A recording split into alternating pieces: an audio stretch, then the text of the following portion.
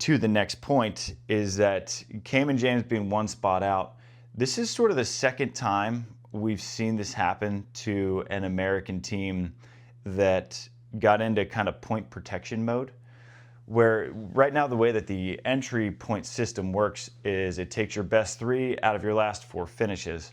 And when teams get straight into elite main draws, they get very protective over their points. We saw this happen to Trevor and Theo, and so you sort of pick and choose, and you stop playing everything, and you're just trying to protect that straight into elite, straight into elite, straight into elite, and it really limits the surface area of events you can play. Now, I think it's easy to look back in retrospect and just say, well, hey, they should have just played everything.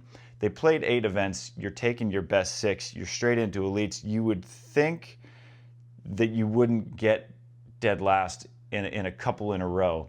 And especially because Cayman James, again, they did not play poorly throughout this World Champs qualifying process. They just didn't win those close matches, and winning's a skill. And so they won their first match since Ostrava this past week in Veracruz when they won. They went straight into the quarterfinals, sweep, and got knocked out by George and Simon. But they played 8 events. Chase Budinger, Miles Evans played 12 events. George and Simon, the team that jumped them, played 12 events. The team directly in front of them, Marco Kradiger, Leo Dillier, they played 12 events. You give yourself an extra 4 cracks at it, you're probably going to have a result. Now here's the trade-off. You are at risk of not having a great finish, losing those entry points. Now you're dipping back into, say, challenge qualifiers like George and Simon were. Now you're way out of elite main draws. Chase and Miles, and just to show you the contrast of the journeys between Cayman James and Chase and Miles, at the beginning of this season, or midway through, Chase and Miles couldn't even get into elite qualifiers. They couldn't play Ostrava, they couldn't play Stade, couldn't play Hamburg. They got into Joao Pessoa, got into Rio because of their performance in challenges. And that sort of pushed their way through. And they did that same exact thing in the Olympics. They just played everything there was to play, spread out the surface area super far and wide, and just understood that at some point, there's probably going to be a regression to the mean. You're probably going to play really well, pop off, get your top-heavy finish, boost your entry points, and that's exactly what happened with Chase and Miles. And Cayman James, it was just sort of that tough trade-off of, do I protect my standing straight into elite main draws, or do I go out, try to play some challenges, risk my entry points? And it's hard, and there's no answer. And I don't want to say that it is the system's fault that Cayman James didn't qualify or have not qualified yet. I still think it's that coin flip that they'll make it.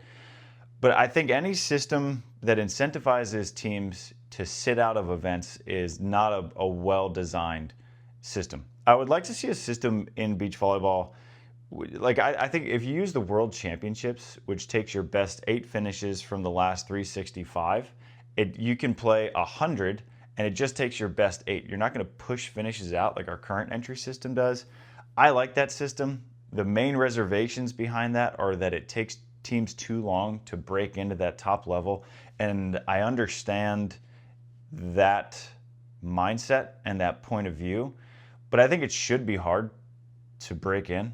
I think especially, at first when it was just a 16-team elite main draw, I was for it, the 3 out of 4, because you need sort of that churn, or all the elites are going to be the exact same fields. And even with the 3 out of 4, it was still pretty much the same fields and the same teams playing each other.